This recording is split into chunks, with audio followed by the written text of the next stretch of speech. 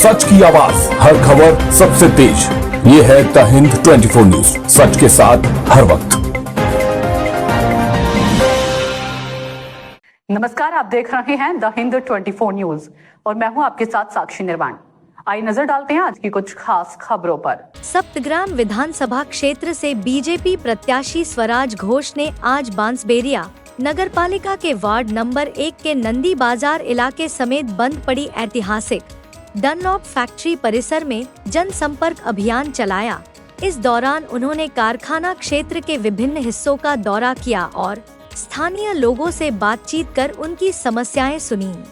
स्वराज घोष ने कहा कि 34 साल के वाम मोर्चा शासन के दौरान यह ऐतिहासिक कारखाना धीरे धीरे जर्जर हो गया।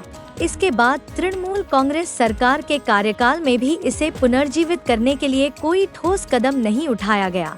उन्होंने राज्य सरकार पर भ्रष्टाचार और लूटपाट के आरोप लगाते हुए कहा कि आम जनता अब इस स्थिति से परेशान है और बदलाव चाहती है।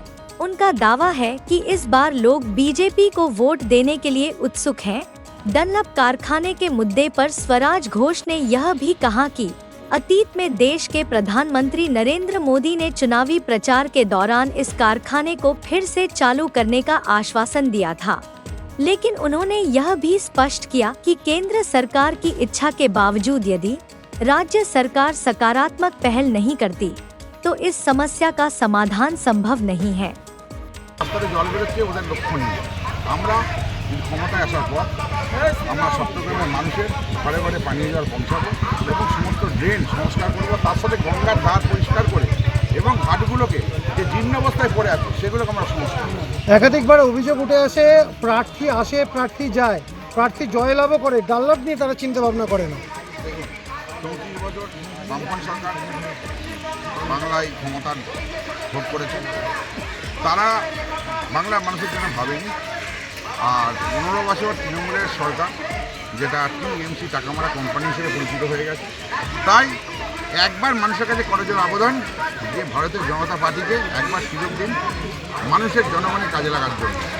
আমরা আসলে মানুষের উন্নয়ন হবে, কারণ দিল্লিতে বিজেপি সরকার আর রাজ্যে যখন বিজেপি সরকার হবে, ডবল ইঞ্জিন সরকার হলে বাংলায় উন্নয়ন হবে। কিন্তু এখানকার জমি তো রয়েছে লিকুইডেশনে, কোর্টের নির্ধারিত জায়গায় এটা পড়ে রয়েছে। অনেক মানুষ আজকে তাদের ছেলেমেয়েরা বড় হয়েছে, কর্মসংস্থান হারাচ্ছে, কর্মসংস্থান পাচ্ছে না, কি বলবেন? বাংলায় যদি বিজেপি সরকার আসার পর আমরা শিল্পের বিকাশ করব।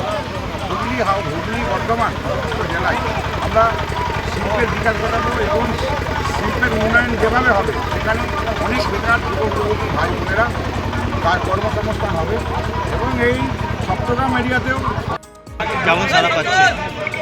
সারা এখানে খুব ভালো আছে। মানুষ এখন সমস্ত এলাকার মানুষ আস্তে আস্তে বিজেপির সাথে হয়ে, কারণ দীর্ঘ 15 বছর ধরে দেখেছে যে এই বন্ধ ডানলপ কারখানা নিয়ে ওরা নাটক করেছে।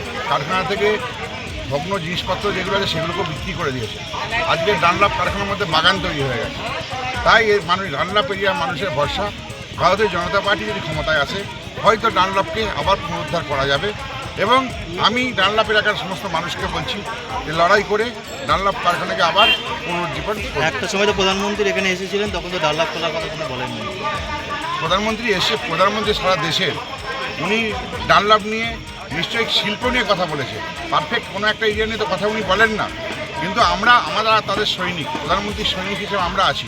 আমরা এই সপ্তগ্রাম এরিয়ায় ডানলপ কারখানাকে আবার পুনরুজ্জীবন করার জন্য, আবার চালু করার জন্য ক্ষমতায় আসার পর 2026-এর পর আমরা চেষ্টা করব যে ডানলপকে কীভাবে খোলা যায়, কীভাবে শ্রমিকদের দুর্দশা। তৃণমূল বলছে যে যে প্রার্থী হয়েছে তাকে জিজ্ঞাসা করুন ডানলপের জন্য ডিটার জন্য কি করেছে, ডানলপের জন্য কি করেছেন। তৃণমূল প্রার্থী যিনি হয়েছে। देखते रहिए द हिंद 24 न्यूज।